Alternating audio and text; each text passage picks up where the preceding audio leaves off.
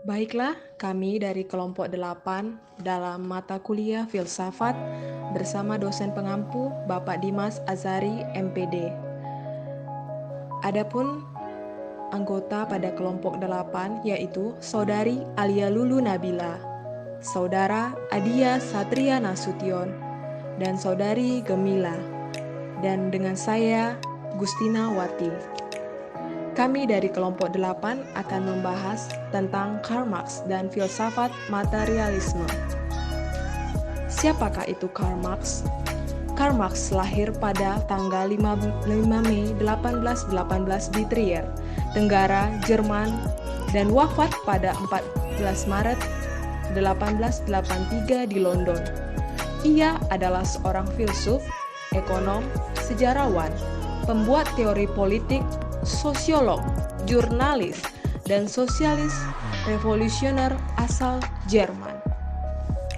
Apakah itu filsafat materialisme?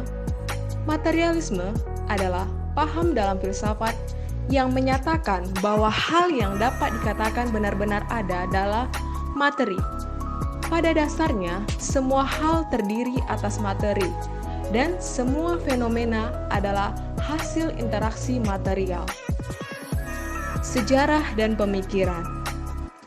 Ketika kita membahas mengenai sosialisme atau Marxisme, maka kita akan sering bersinggungan dengan konsep liberalisme.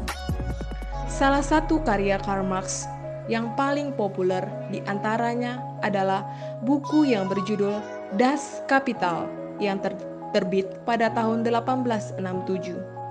Karya-karya Marx ini yang pada akhirnya menjadi dasar dari kemunculan ideologi Marxis atau Marxisme.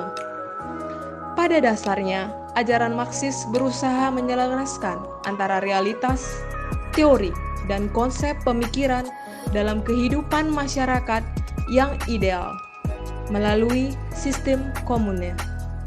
Terima kasih.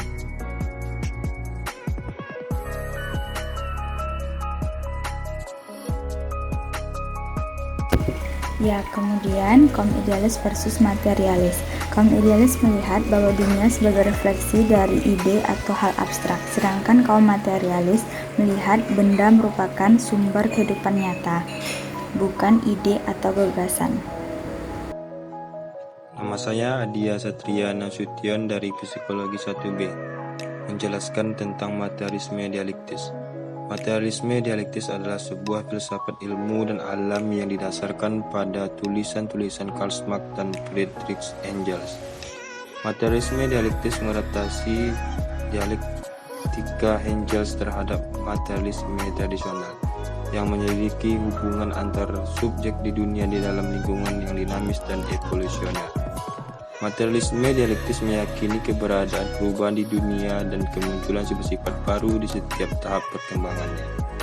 Perumusan materialisme dialektis dan historis versi Soviet pada tahun 1930-an menjadi penafsiran resmi Marxisme ala Soviet.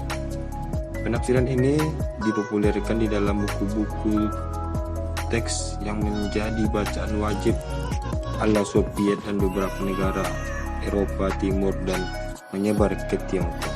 Terima kasih.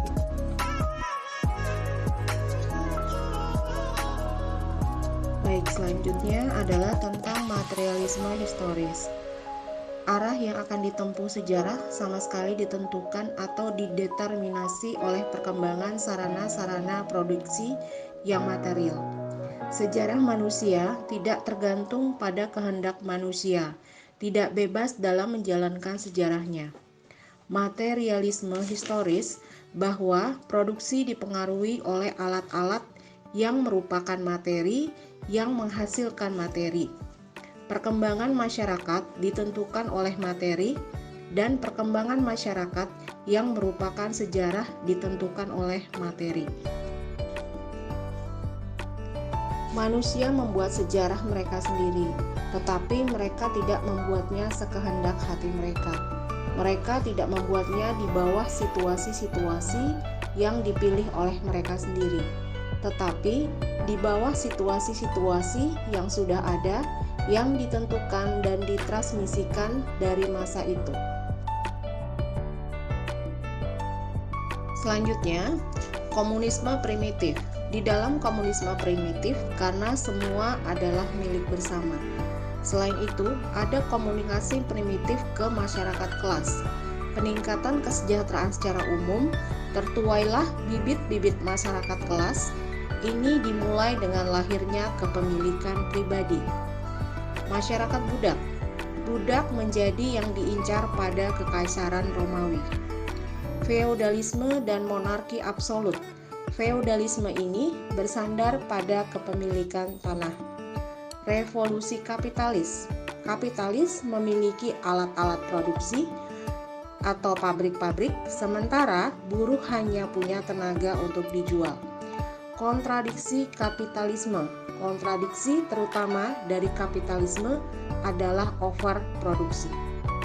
Ya, kemudian ekonomi Marxis. Jadi karakter paling menonjol dari masyarakat sosialisme ini adalah kebersamaannya, dan faktor komoditaslah yang membuat kelas.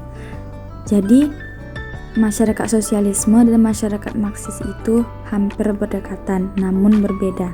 Hal ini sudah disinggung pada awal pembahasan. Kemudian kritik terhadap kapitalisme dari ekonomi Marxis.